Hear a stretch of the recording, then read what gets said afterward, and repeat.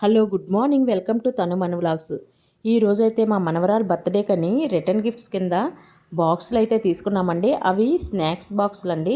ఇలాగ dark fantasy biscuit అందులో పెట్టామన్నమాట. Chocolates పెట్టాము, బిస్కెట్స్ పెట్టాము. ఈ 4 బాక్స్ కలిపి 100 రూపీస్ పడ్డాయండి. ఇది డిమార్ట్లో తీసుకున్నాము. బాక్సులు అయితే మంచి స్ట్రాంగ్గా ఉన్నాయండి. ఓన్లీ పిల్లలకి మాత్రమే స్నాక్స్ బాక్సుల కింద వస్తాయని పిల్లలు ఎంతమంది అంతమంది. ఇదిగోండి చాక్లెట్లు చూసారు కదా, ఈ చాక్లెట్స్ అయితే తీసుకుంది మా పాప.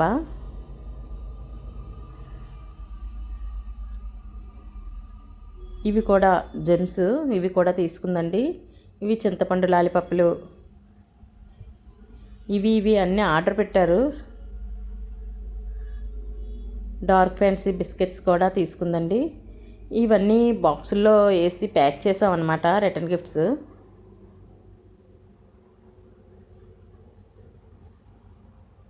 రిటర్న్ గిఫ్ట్స్ కోసం అయితే నేను ఒక చిన్న విషయం చెప్దాం అనుకుంటున్నానండి. మనకి ఉపయోగపడేవే తీసుకుంటే చాలా మంచిదండి. పిల్లలకి మనం ఏ పర్పస్ తెస్తున్నామో ఆ పర్పస్కి చాలా ఉపయోగపడితేనే తీసుకోవాలండి. లేకపోతే ఏది పడితే అది కొనేసామా చేసేసామా అంటే వేస్ట్ అయిపోతుంది, తీసుకున్న వాళ్ళు పక్కన పడేస్తారు. అందుకనేసి మా పాప అయితే ఆలోచించి సింపుల్గా స్నాక్ బాక్స్ కింద పనికొస్తుందని ఇదైతే తీసుకుందండి. ఇలాగైతే ప్యాక్ చేసి ముందుగా రెడీ చేసామన్నమాట.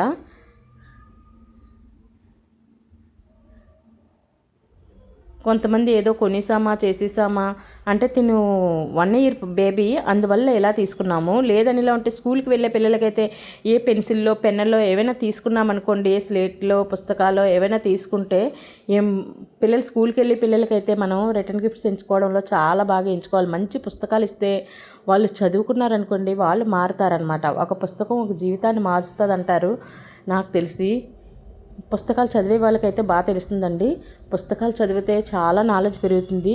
టీవీలు చూసి ఫోన్లు చూసే కంట చదువు మాత్రం మన జీవితాన్ని మార్చుతుందండి. అందువల్ల ఏ పుస్తకాలను రిటర్న్ గిఫ్ట్ కింద ఇచ్చామనుకోండి, వాళ్ళకి చాలా బాగా యూజ్ అవుతుంది. అట్లీస్ట్ ఒక 100 పుస్తకాలు పంచామంటే ఒక్కరైనా మారతారండి. అది నా ఒపీనియన్ అండి. ఇది ఇలా ప్యాక్ చేసామన్నమాట. ఇలా బాక్సులు రెడీ చేసి ఇంతలో ఇలా బాక్సులు రెడీ చేస్తున్నామో లేదో మనవరాలు పరుపు మీద పడుకోబెట్టామండి. తనైతే చెప్పకుండా చేయకుండా దిగేసింది మంచం మంచి కిందకి, ఇది పడిపోయింది. పిల్లలతో చాలా జాగ్రత్తగా కేరింగ్గా ఉండాలండి. మేమైతే తనతో ఒక టాస్క్ అయిపోతుంది, అలా తన్నే చూసుకోవాల్సి వస్తుంది. ఇంకెక్కడి నుంచి పిల్లల్ని మంచం మీద పడుకోబెట్టకూడదు. 1 ఇయర్ వచ్చిన కాంచి మేము ఒక ఒపీనియన్కి వస్తామండి. కిందే పరుపు వేసేసి పడుకోబెట్టాలి కానీ మంచాల మీద పడుకోబెట్టకూడదు, బెడ్ల మీద వాటి మీద అని. బెడ్ కిందనే వేస్తాము. ఇంకా చక్కగా దాన్ని అయితే నిద్రపుస్తున్నాం కిందనే. వీడియో చూస్తూ లైక్ చేయకపోతే లైక్ చేయండి, షేర్ చేయండి, సబ్స్క్రైబ్ అయితే మాత్రం చేయడం మర్చిపోవద్దండి. Please like, share and subscribe అండి. నేను చెప్పే మాటలు ఏ మాత్రమైనా ఉపయోగపడితే మాత్రం కంపల్సరీ షేర్ చేయండి, కామెంట్ అయితే చేయడం మర్చిపోవద్దండి.